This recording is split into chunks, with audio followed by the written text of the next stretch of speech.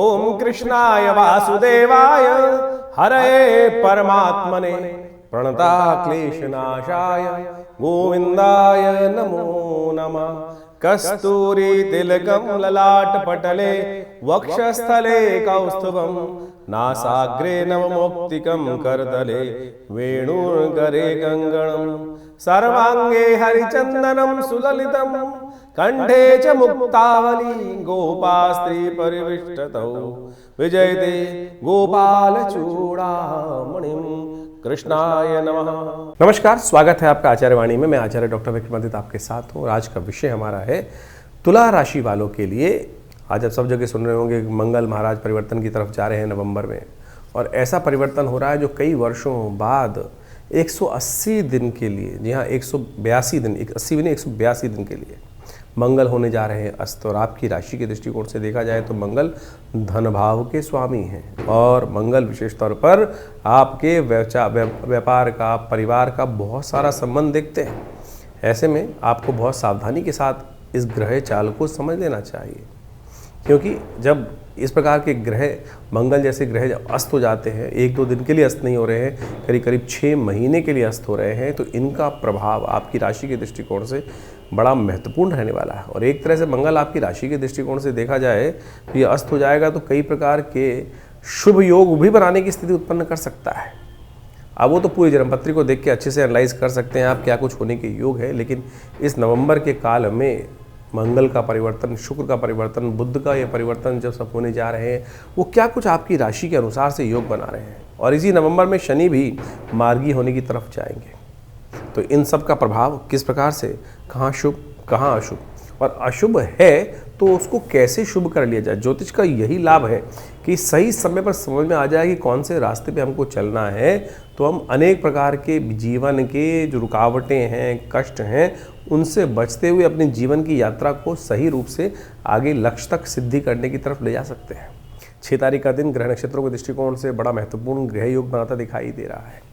जिस ग्रह की हम बात कर रहे थे, मंगल इस दिन अस्त होने जा रहे हैं। मार्गशीर्ष का महीना आरंभ हो रहा है। तुला राशि वालों के लिए खास तौर पर समझने की आवश्यकता है, क्योंकि तुला राशि के दृष्टिकोण से ये यदि महीना देखा जाए तो इस महीने में आपकी राशि के अनुसार से सप्तम और द्वितीय भाव के मालिक धन और परिवार, जिसमें परिवार भी आता है, व्यवसाय भी आता है, और सब तरह के जो काम धंधे, धन इत्यादि हैं, उन सब का संबंध भी यहीं से जुड़ता है। तो इनके मालिक अस्त होने जा रहे हैं, और ये अस्त होने के कारण से कई मामलों में कई स्थिति को विकट करने के योग बना सकते हैं। तो मंगल को आपको खासतौर पर ध्यान रखते हुए कार्य करना पड़ेगा।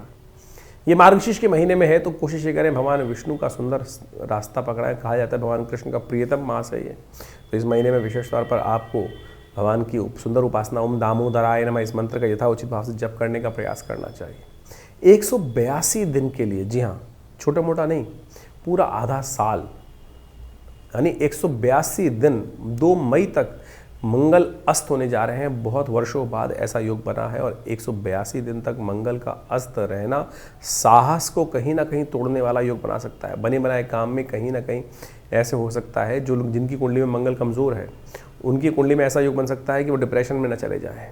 तो ऐसे में खास तौर पर मंगल को शक्ति देने की ज़रूरत है। सुंदरकांड का पाठ करें, हनुमान जी का सुंदर स्तवन करें।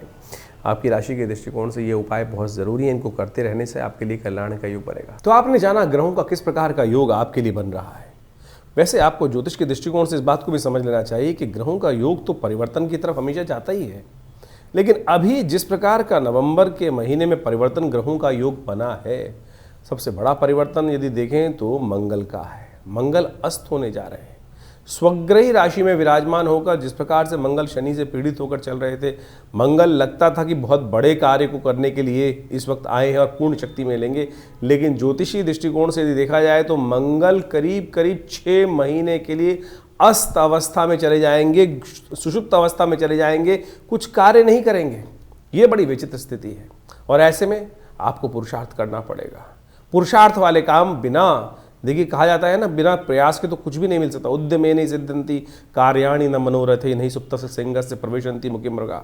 ये बात बाल्यकाल में बच्चों को पढ़ाया जाता है कि उद्यम करने से ही, प्रयास करने से ही कुछ मिल सकता है। यदि शेर भी सोते हुए सोचे कि मेरे मुख में, सोचता वो यही है कि मैं मुंह खोलूं और उठना कहीं जाऊं ना, अपने आप हिरन मेरे मुंह में आ जाए, ऐसा हो नहीं सकता है। उद्यमे नहीं सिद्धंती। तो इस बात का ध्यान रख कि इस वक्त मंगल आने वाले 6 महीने तक, यानी मई तक, इस नवंबर से लेकर मई तक मंगल बड़ी विचित्र अवस्था में चले गए हैं।